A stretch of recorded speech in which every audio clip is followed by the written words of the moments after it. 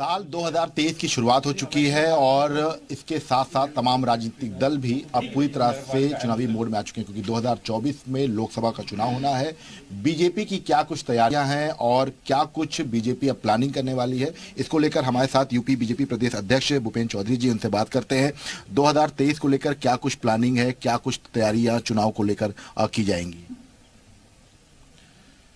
आपके माध्यम से आप सभी को, आपके दर्शकों को और प्रदेश देशवासियों को नववर्ष की बहुत बहुत शुभकामनाएं। भारतीय जनता पार्टी एक विचारधारा से जुड़े कार्यकर्ताओं का समूह है और हमारी उपस्थिति लगातार अपने कार्यक्रमों के माध्यम से, अपने वैचारिक कार्यक्रमों के माध्यम से, अपने संगठनात्मक कार्यक्रमों के माध्यम से, हम सरकार में हैं तो अपने सरकार के कामों के माध्यम से हम जनता के बीच में हैं और जनता में उपस्थिति, संपर्क, संवाद हमारा डायरेक्ट बना हुआ है। और उसी ये सिर्फ 10 जर्सी गायों के साथ हर साल 18 लाख कमा रहे हैं। आपको भी ये सीखना है तो फ्रीडम ऐप को अभी डाउनलोड कीजिए। कार्यक्रमों की दृष्टि से हम लोग जनता के बीच में रहते हैं। जहां तक आपने चुनाव की बात कही, चुनाव भी उससे जुड़ा ही विषय है। हमारी पूरी तैयारी है नगर निकाय चुनाव की भी और लोकसभा चुनाव की तैयारी भी हम लोग बीच बीच में अपने कार्यक्रम अभियानों के माध्यम से करते रहे। अगले साल चुनाव होने हैं तो हम लोग पूरी उपस्थिति जनता के बीच में है। हम लोग को विश्वास है कि प्रदेश की महान जनता का आशीर्वाद मोदी जी के, योगी जी के नेतृत्व में हमें मिलता रहा, आगे भी मिलेगा। उत्तर प्रदेश में ओबीसी वोट एक ऐसा वोट बैंक है जो किसी भी दल के लिए बेहद जरूरी है और यही वजह है कि बीजेपी ने 2014 के बाद इस वोट बैंक पर कब्जा किया। लेकिन जिस तरह से ओबीसी आरक्षण को लेकर विपक्ष लगातार हमलावर है, बसपा सुप्रीमो मायावती का आज सुबह ही ट्वीट आया। ऐसे में कल से चूंकि बीएल संतोष जी की बैठक है, तो क्या इस मुद्दे को लेकर भी बैठक में चर्चा होगी? क्योंकि ओबीसी वोट अगर छिटक गया तब शायद मुश्किल हो। भारतीय जनता पार्टी का स्वरूप सर्वव्यापी और सर्वस्पर्शी है।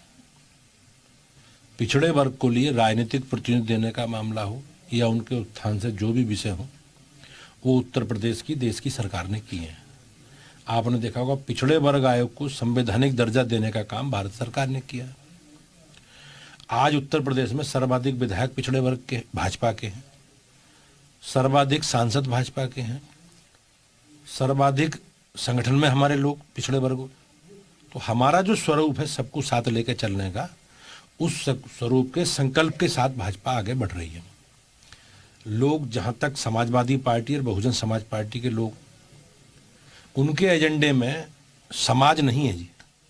उनके एजेंडे में समाजवादी पार्टी ने कभी भी पिछड़े वर्ग के कल्याण के लिए कोई काम नहीं किया। उन्होंने काम किया होगा तो अपनी जाति के लिए, अपने परिवार के लिए, इससे वो आगे नहीं बढ़ पाए।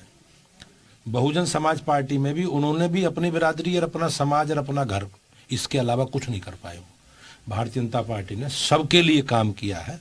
हमारे एजेंडे में अंतिम छोर पर बैठा व्यक्ति, हमारी अंत्योदय की कल्पना में जो अंतिम छोर पर बैठा व्यक्ति है, उसके कल्याण के लिए, उसके सामाजिक, आर्थिक, शैक्षिक स्तर पर काम, उसके जीवन स्तर को सुधारने का काम मोदी जी और योगी जी की सरकारें कर रही हैं।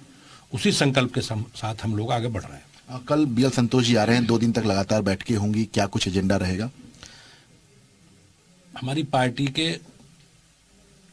जो नियमित काम है, संगठनात्मक काम है, हमारी पार्टी के कार्यक्रम है, अभियान है, उन कार्यक्रम अभियानों की समीक्षा वो करेंगे और आगामी दृष्टि से हमें अपने कार्य विस्तार की दृष्टि से, संगठन के काम को आगे बढ़ाने की दृष्टि से जो जो दिशा निर्देश होंगे, उन दिशा निर्देश का हम सब लोग मिलकर पालन करेंगे। 2 दिवसीय बैठक है उनके और अलग अलग चरणों में माननीय संगठन मंत्री जी का बैठना है।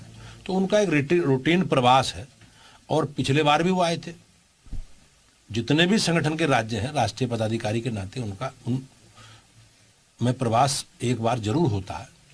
तो उस प्रवास के क्रम में वो आ रहे हैं और हम लोग अपने संगठन की गतिविधि समीक्षा करने की दृष्टि से उनके साथ बैठेंगे। ये सिर्फ 10 जर्सी गायों के साथ हर साल 18 लाख कमा रहे हैं। आपको भी ये सीखना है तो फ्रीडम ऐप को अभी डाउनलोड कीजिए।